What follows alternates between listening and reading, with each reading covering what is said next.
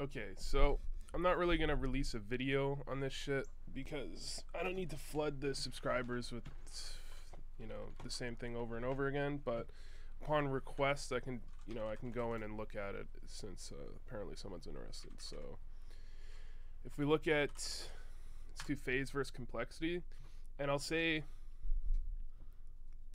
I have not watched this before. All right, this is actually the first time I'm watching this, so I'm going to be watching this with you, essentially.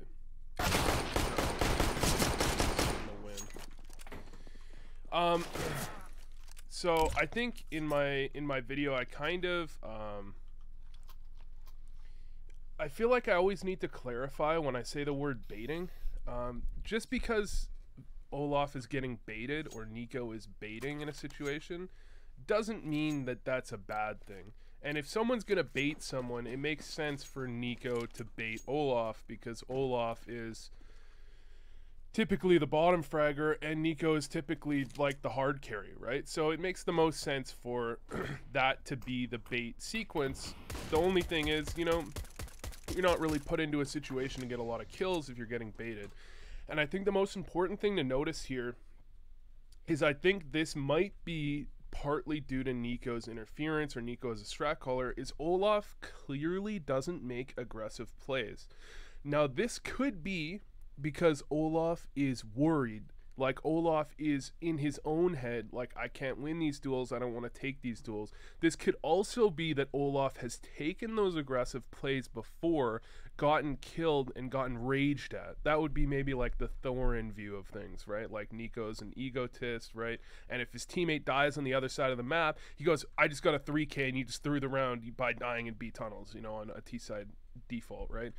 So he can't go aggressive. That's also a possibility, and it's hard to view from the outside and say it's one or the other in these type of situations. But in any case, the one thing I didn't show in the previous demo was the CT pistol, and this is exactly what he did before. So he's got the kit, which means he's probably not finding kills. Again, he's not going aggressive. Is this because he doesn't want to go aggressive? Is this because he's been told specifically, like, you die, stop dying? And it's, people talked about this with TSM in League of Legends, where it's not that their aggressive junglers were told not to go aggressive, it's that their aggressive junglers were punished when they did go aggressive. Like, stop dying before 5 minutes. Well, how do you stop dying before 5 minutes? You stop going aggressive before 5 minutes. In any case, I mean, this wasn't really a situation to go aggressive, but you're gonna see again, he boosts his teammate, right? So by you're boosting someone, you're probably not getting kills, and then they get flanked. Is he looking at the flank? I can check that real quick.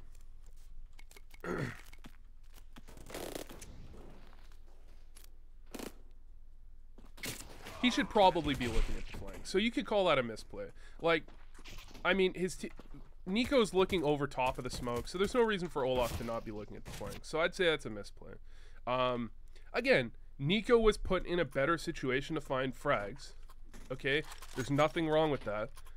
But Olaf also didn't necessarily do what he could have done. He could have been looking for a flank there, because what is really going to happen? Maybe someone does push through that smoke. That is definitely a possibility. When you're playing this type of setup, right? When you go mid to B, there's two things sometimes happen, right?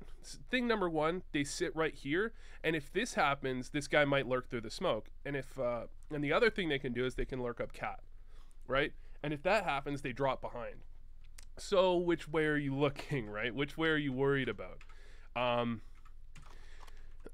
And this is going to come down to scrims. What do they see more in scrims? Do people lurk off cat more, or do people push through the smoke more? And if they see people pushing through the smoke more, it makes perfect sense for him to be worried about the smoke. Now, he could be looking back and forth, but it's hard to say. It's hard to say. So here, again, he's going to be playing D. I almost feel like I really shouldn't be looking at the CT side too much, because he's just going to do the same thing towards B very often, and teams aren't going B all that much. Like, this is going to be a round where, do they go B? Yeah, they do go back B, okay. But I mean, a lot of rounds, they're just going to go A, right? They're just going to actually just go A. Now, this isn't, it's weird to say this, but this isn't a super great setup to hold B. You're both sitting in sight. you can get kills, but it's not easy if you get split from mid. Now, if they come out tunnels all together, it's more going to be on Guardian, because Guardian's first contact. If Guardian goes down without getting a kill, Olaf is not in a situation to get frags. He's looking out window. He's relying on Guardian to get the frags. Okay, so Guardian needs to find the first one. But even if Guardian finds the first one, Olaf's still not in a great spot. But he can turn around and find the aim duels. There's the nades out. He drops down. Guardian's going to find the first engagements. Should be around 1. There you go. Yeah, so I mean, Olaf does everything you can really ask for. Next round. Everything's taken down at 1. See, one of the things to realize on Dust 2 is that long A, if you look at certain teams, especially Astralis, long A is their bread and butter. And I think that's really good strategically. Long A control is really strong because you have control of such a wide area of the map, and you have so many things you can do off of it. If you can force your opponents to play back off of long because they're getting wrecked there, you're going to have a really good time. You're going to have a really good time, right? And because, you know, so many teams are focusing on long A, that also means that B is going to be even more ignored. It's not like the mid B meta anymore. Sorry, my cat wants out of the room here. So, I could keep track here, but I mean, he's had one round where he had the ability to get a kill. What happened here? How did he? Oh, he got the kill with the nade, right? So he got the only kill available to him there. Pistol round, maybe you can blame that on him, maybe not. So we'll give that give or take. The first gun round, he only had the opportunity to get 1 kill as well, because Guardian got the first 2 engagements. He got the first 2 kills. So he's had, I guess I missed a round where he got a couple kills, right? Round number 2, he must have gotten a couple kills. Because, you know, from my perspective, he's had the chance to get 2 kills, and he's gotten both of them. So let's just take a look at round number 2 here quick. Yeah, he does get 2 kills on round number 2. So let's take a look what happens here. I mean, you will notice that this is a lower level team, right? So take that for what you will. So we went B early. Now they're 3v5. This is the type of situation I talk about when I'm like, well, he plays B. He's often going to rotate into an already lost round. They should not be winning this round. This is 5v3 on an anti-eco. I mean, they don't have A site control, but if Rain dies here, then the round really is over, right? But yeah, he should not be winning this round. Death's just going to give him a free kill. So that's a kill anyone can get. Anyone can get that kill. Rain's going to get a kill at long. Guardian and Rain are going to shut it down. Now it's a 2v2. Olaf on Cat.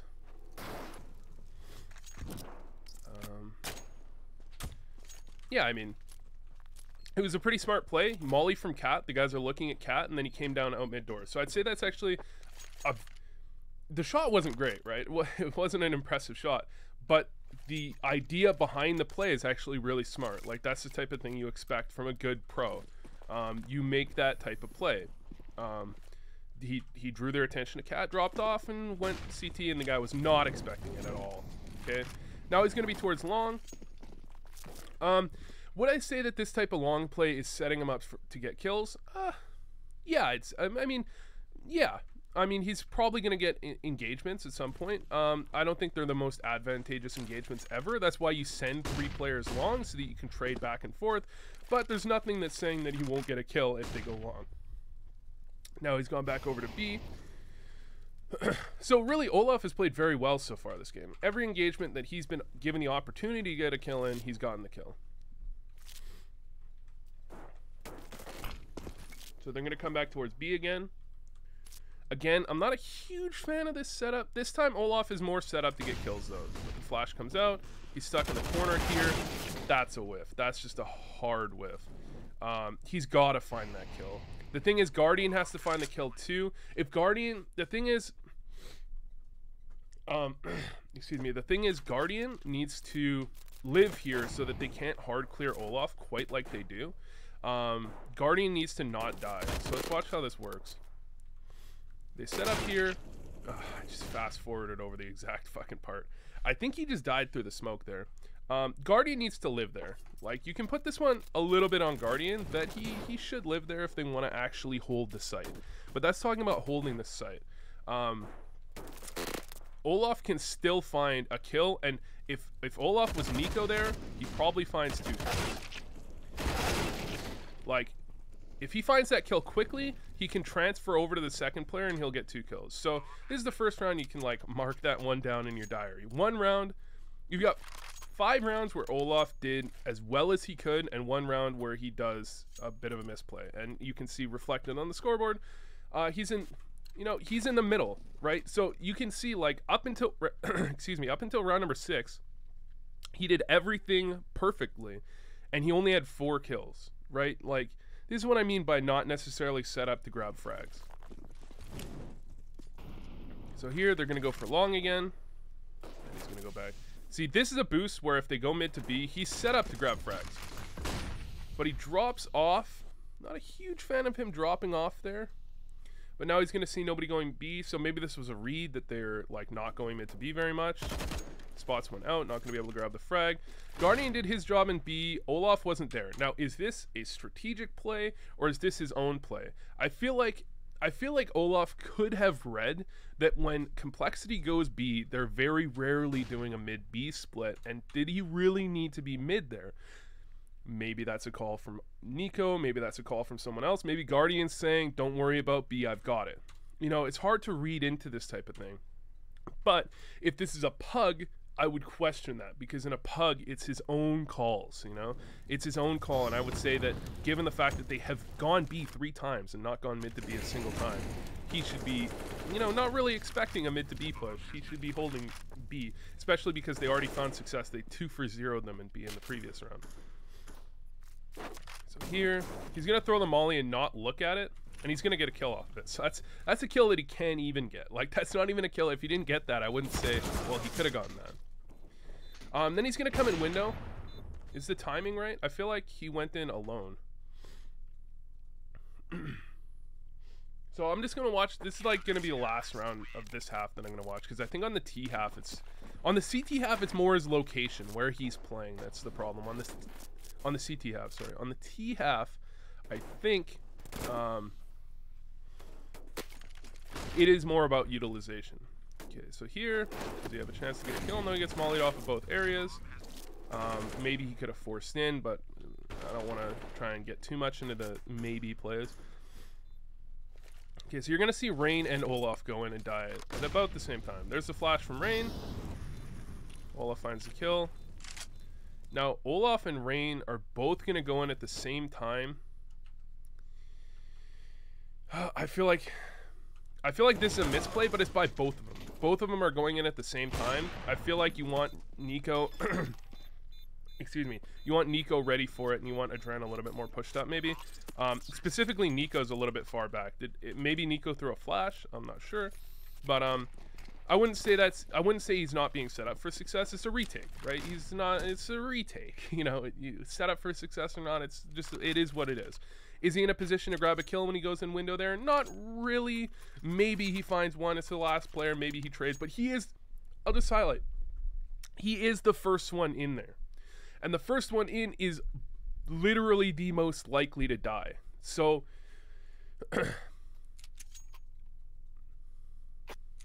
I'm just highlighting that, okay? I'm not saying that there's something wrong with that. I'm just saying, like, he's more likely to die than his teammates. Rain is the guy getting the trade there. And Rain, if you'll remember, was butt-fucking Olaf, which is not a good thing, okay? You don't want to be that close because you get sprayed down, which is exactly what happened to them. So I'd say that's like a misplay from Rain, potentially. But is Olaf in a situation to get a kill there? Not really. This map actually goes into OT, so... I think FaZe does win this, right? Hold on, let me check if FaZe actually wins this. Sorry, hold on.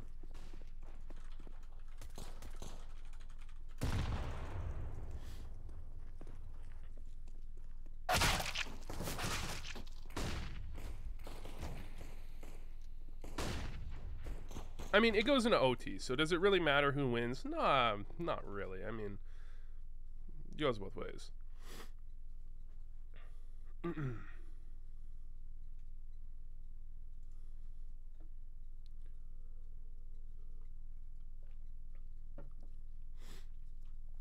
Okay.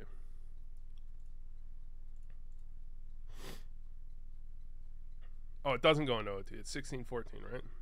Yeah, it's 16-14. Okay, so they do win. All right, sorry, I just rewinded to a pause. So they're going to go A, long, it looks like. Seems like Olof is the utility guy on CT and Guardian is the utility guy on T. I wonder why that is. Whatever. Okay. So Nico's dropped the P250. Nothing wrong with that. I'm just highlighting it. I'm just highlighting that Nico is often put in better situations than Olof. Okay? It's not that Olof is necessarily going to die every time, but is Olof getting a P250 dropped for him if he wants when Nico also wants one? Probably not. Okay? So maybe Olof would like a P250. Who knows? Maybe he doesn't want a P250. But maybe he would.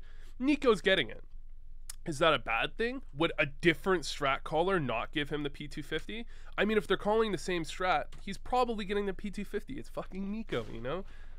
So the flash comes out and Olof's the first one around the corner and Nico's supporting the corner. I mean, Olof's the first guy out and Nico is supporting. Is that a bad thing? No. Is he necessarily set up to grab frags? Also no. And he goes to clear car. I would question walking to clear car. I feel like he's setting himself up to die. But again, the strat calls for him to go first and Rain to go behind him. Oftentimes that means he's going to die.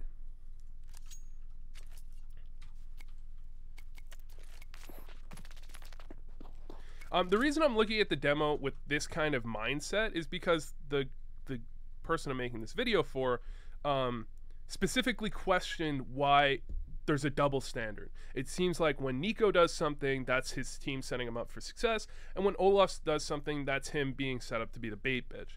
I'm just trying to highlight that like things are different. So going in, I mean, this is a Glock. You can't, no, him not getting a kill there. It's like nobody can be blamed for that. Okay. So here's the AK. Look, his team's going long. Like, look at his team here. They're going to execute out long. Now, as I said in my comment, the third guy is usually the guy that stays alive. Because what happens? The first guy goes in, will often instantly die. The second guy should trade on the first guy. Then the second guy is the new first guy. And the second guy, usually you go to a spot with two players there. The second guy finds the second guy on the bomb site, probably dies, and the third guy gets the trade, and then the third guy is the guy that's alive at the end of the round, okay? Now, Nico, it doesn't really matter what number he is. He's going to find frags. This is the thing that... Okay, my outlook on FaZe, okay? I think their CT side rotates are horrific. And it really feels very uncoordinated. And I almost want to put that on Nico because when I've watched some of their games on Mirage, it feels like Nico goes where he wants and his team has to figure it out. Like, Nico would rotate in jungle and it would totally mess up their setup, so their teammates have to, like, move around to different areas. I could try and do a video on that specifically as well, but that's a different story altogether. When I'm talking about, excuse me, on Dust 2 here specifically, when I'm talking about strats specifically, I don't think Nico is necessarily calling and thinking to himself, I want to succeed, I'm going to call to make myself succeed. I don't think that's necessarily it. I think Nico calls in a way where he would succeed if he was any player on the team, I think except for Olaf in a lot of these situations. But not everyone is Nico. You know, if Simple was a strat caller and he called and he goes, all 5 players in this strat have the chance to get kills, do they? Or do they only have the chance to get kills if they're Simple, right? And I feel like that might be what's happening here. Is Nico calling specifically to benefit himself? I think in some situations he is, but those are defensible. I think the situations he's calling specifically to benefit himself are situations where if a different strat caller was calling that exact strat, they would call to benefit Nico as well, because Nico is the hard carry. He's the guy that you want to call a strat to benefit. However, I think he's calling strats as a whole in ways that he would do well if he was any player on the team, but his team isn't him, and he doesn't recognize that, you know? Sometimes it's hard, like, this is noticeable in real sports, like, well, saying the word real sports, but this is noticeable in, like, the big three sports, like NHL, MLB, NBA, NFL. Star players don't always make the best coaches because a lot of the time the stuff that to them seems simple and seems like, oh, this is obvious, isn't simple, isn't obvious to everyone else. And they might be kind of making things work in a certain way that would work for them, but other players don't have those abilities. And I think this is true of Nico. Okay? I think this is true of Nico. So Nico gets flashed out here. He's first out. Like, he's not setting himself necessarily up for success here, right? But he can find success because it is Nico, you know? So again, Olof is in tunnels. He's going to get shot in the back. I'd say Olof, I don't know if there's a misplay with that. Olof wants to get lower because he wants to be able to pressure, and Def is pushing lower. Olof made the executive decision that worrying about upper tunnels was better than worrying about lower tunnels. Is that a mistake? Maybe. Is he set up to get kills there? Not really. I mean, to some extent. But he's going to get pressured like that sometimes, and he's going to die sometimes. So is he getting multi-frag rounds? Is he carrying the round from that spot? Not really. Not really. Because his team's either going to win it or lose it at A. If his team went out long and all died, what's he doing in tunnels? Nothing. If his team gets kills on A, then he can get one on a rotator. He can often get one kill, probably not more than one, because they should be able to recognize these lower tunnels and play around that. But he's a necessary part of the strat. If you go out long and you don't have anybody pressuring the rotates, they're just going to rotate around, flank you, and fuck you. Okay? He is a necessary part of the strat. However, the guys on A are more likely to find more engagements, and more engagements mean more likely to get kills. So here, Ray's the first one running into sight, and Nico's staying on car, so Nico is in a position to find kills here. To some extent, he's baiting. I wouldn't say necessarily baiting. He's holding the push through the smoke. Again, necessary part of the strat. Someone needs to do that. I feel like he could have been closer to Rain to make sure he could trade, but Rain found 3 kills. Rain basically won this round for his team. And the thing is, when you look at a player that wins the round for their team, they're not always set up for success when they win the round for their team. Which makes getting the kills even more impressive. And I think Nico does that often. He's not necessarily set up in a position to get like 3-4 kills, but he aims his way out of it. And all I'm trying to highlight is the fact that if Olof isn't set up to get kills, his play style and aim style is that currently of like a support player. He's not hitting these crazy shots. He's not aiming his way out of a bad situation, which means being put in bad situations is going to be very, very negative for him. Okay, so let's see what Rain does here. Smokes the cross. Runs across with a flash. Going to put up. He catches nothing should be expecting that. Turns around. I mean, these kills kind of just hand themselves to him, except for that one. That was a sick shot there on Death. That was a very nice shot. Secured the round for his team. Like, that's the type of shot. Is Olof hitting that shot? Not really. Probably not. You know, probably not. But would you fault Rain for not getting that shot? You're also not faulting Rain for not getting that shot. There's nothing wrong with missing that shot. It's nuts when you hit it. Like, that's the type of shit with Nico. If he didn't get a kill, a lot of the time it's like, well, it's not his fault. Like, he's not in the greatest position. He's not necessarily set up to get the kill. But if he does, it's nutty, right? And that was pretty fucking nutty. So we're moving out long.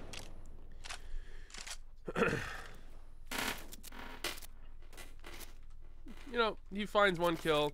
He's not set up not to get frags. He's set up to get frags. He finds one. He finds all that are presented to him. Or Dren finds that one, but Olof would have found that kill as well. I would highlight that Olof is first, so potentially Shazam, if he had hit the shot, Olof would have died, and his teammate Dren would have gotten the trade. But whatever.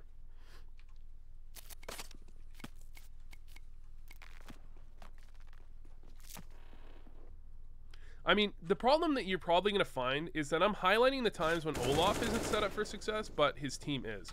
But notice this, dude. Notice this. They're on an anti-eco. I would question the fact that Nico is going alone into lower. I mean, does he have support from top mid? If he has support from top mid, then I guess it's okay. But I'll highlight a scenario that could happen in which Olaf would end up being fucked. But this is, I think, again, looking at Nico strat calling, I think this is not because Nico is strat calling for himself. I think it's because he's strat calling in a way that he thinks is good. Okay, Rain is spraying into lower. Nico's going alone into lower. They can get into lower. I'm not a huge fan of him going alone into lower. So this is like, maybe this is frag hunting. But he's going to find a kill. Here's the problem. If he gets killed here, right? If nothing finds that kill, picks up the AK, and peeks out on the stairs, what is Olaf going to do, you know? He's not in a great spot.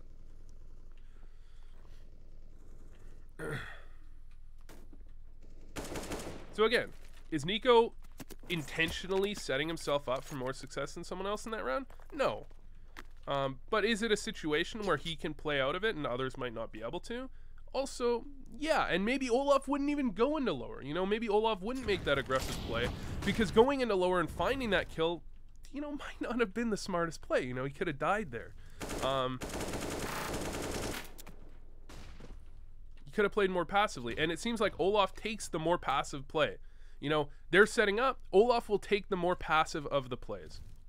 So Olaf's an upper here. Again, passively holding pushes. His team's working cat. If his team dies on cat, what is he going to do? Not really a lot.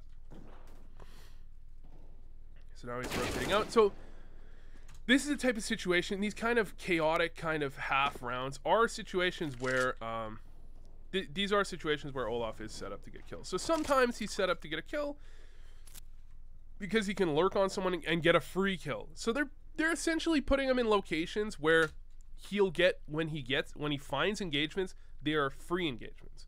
So this is kind of like, we have no confidence in Olaf. Like, we have zero confidence in Olaf, so let us put him in spots where if he finds someone, he finds a free kill, they're probably not looking at him. And, you know, that utilization probably says something, right? Like, that's what I was trying to get across in my video. Is he put in situations where he's gonna have a high frag, high impact half? No, he's not gonna have a high frag, high impact half.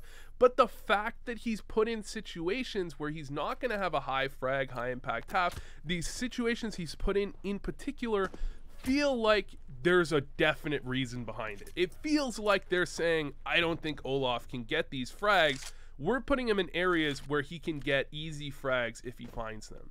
You know, so I'm like, I was trying to highlight this specifically.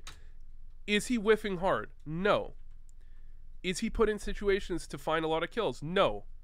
But you can see that there's a reason for that. You know, I'm not trying to say that Olaf is playing great. I'm just trying to say that his scoreline is often reflective of his utilization. Okay, and you cannot necessarily say as a fact that he can't be utilized more aggressively in roles where he could find kills more often and he wouldn't necessarily find them. But I think you can infer that. I think you can see that his aim's probably not going to explode just because he's utilized better. His aim is clearly not that great right now. He takes the passive of two options, and I think that's because he's worried about whiffing, he's worried about the aim, he's worried about dying, all this type of stuff. So you can see him missing shots, but he's not set up to find, you know, when he is put in positions to find kills, he doesn't usually find them. So here Nico's going out mid alone. I feel like Nico does this somewhat often against ecos. So is he set up to find kills? I mean, against guns? Not really. Against pistols? Yeah, he's basically just lurking out trying to find kills. Is there anything wrong with that? I mean, they're 4v5, they want to find something. Should you be doing that against pistols? You can still win a 4v5 pretty easily. Like, do you need to do that? Probably not. So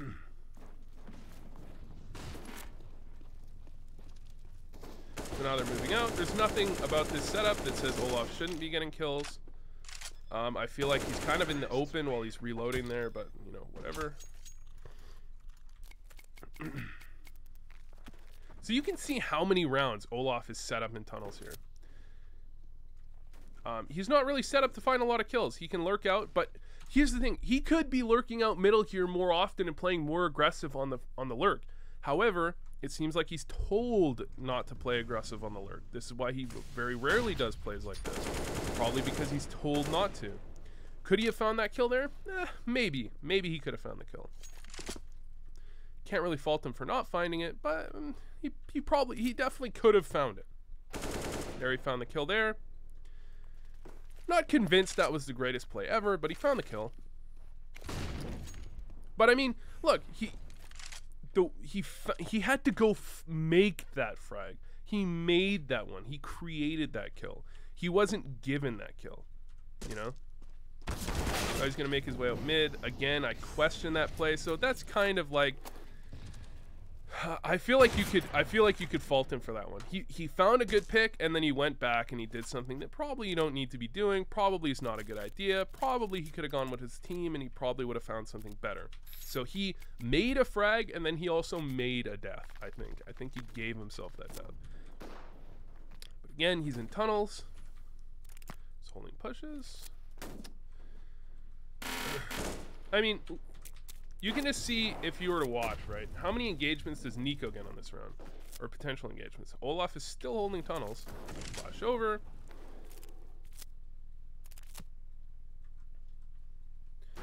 No, not really getting any engagements here. There's the smoke out. His teammate's going to drop, and he's essentially baiting Rain. You know, he is to some extent. He's the guy supporting from above. Now, Rain's in a situation where he could get kills as well. He's not, you know, in a bad bait. He's not like getting hard baited where he's likely to die. But I mean, if you were to find kills, who's more likely to find a frag? Is it Nico or is it Olaf? It's Nico. You know, he's more likely to find an engagement.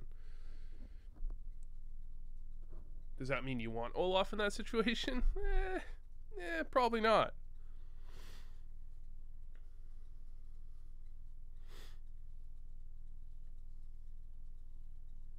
So let's watch what happened with Olaf. I think they double pushed tunnels. He probably found one and he died. That's my guess. Or he pushed out mid and he got one and he died. I'm not sure. Let's see. There's Olaf. There's the pause. He's holding. He rotates around. Oh, he goes out long here. Okay.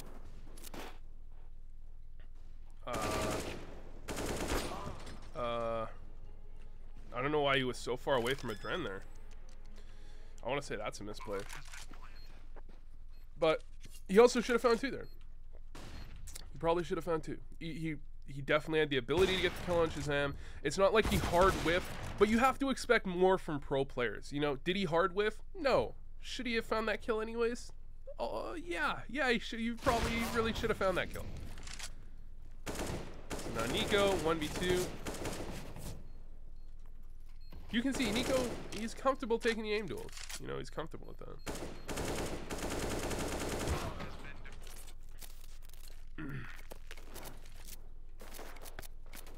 So again, holding tunnels.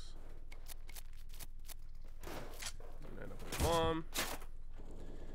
He probably should have found that kill there. I mean, Stanislaw just found two kills on them coming up middle. It was a Dren and Olofmeister. Is he finding both those kills if it's Nico and Rain? Probably not.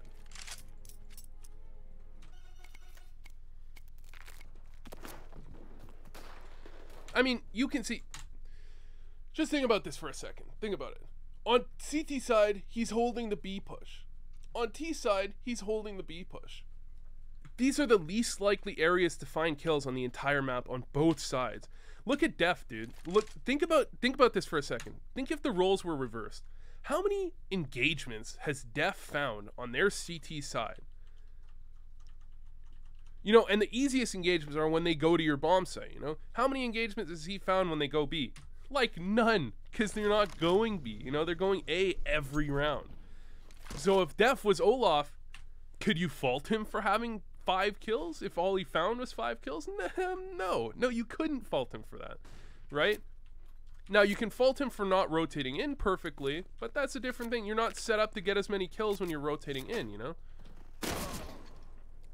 I mean, You gotta find that. Olaf, come on. Did he push in and kill?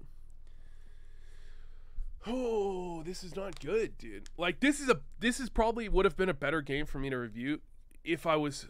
The game I reviewed for that video, I didn't choose it maliciously to show Olaf playing fairly well and getting baited and put in situations not to succeed. I chose that game because it was one of the most recent games. I took a look at it and I just reviewed it. You know, I didn't look at a ton of games. I looked at a couple of games. I looked at one on Mirage and one on Dust 2, and they both seemed roughly equivalent.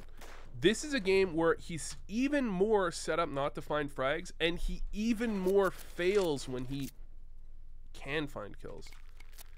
I'm honestly questioning why Adren and Olaf are put together, because these guys are not finding kills that they should be finding. Nothing gets the kill. It doesn't even take a point of damage. That's not good. And Olaf just sits in the corner here, and nothing's just gonna... Oh, that's really bad, man. From both of them, that's really bad. Really bad.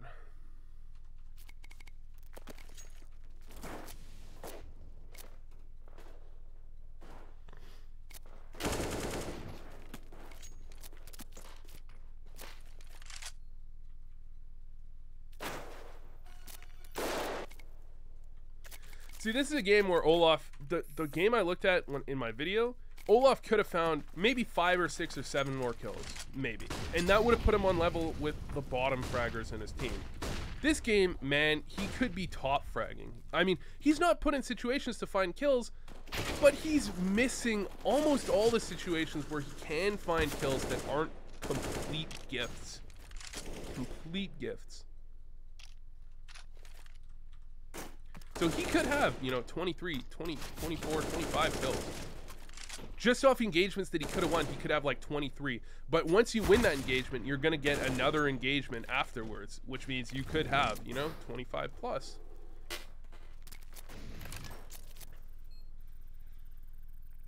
So the thing is, he's not put in situations to find multi-kill rounds, but he's put in situations to find single-kill rounds. That's the thing that, like, I guess I didn't highlight. When you're playing tunnels, you're not gonna find many multi-kill rounds, you know, but you're gonna find a decent number of single-kill rounds when your teammates take the other bomb site. So you're not hard carrying from these locations, but you can still get more than 0 kills, you know. All right, so that's it. It's basically. Hopefully that was a decent highlight.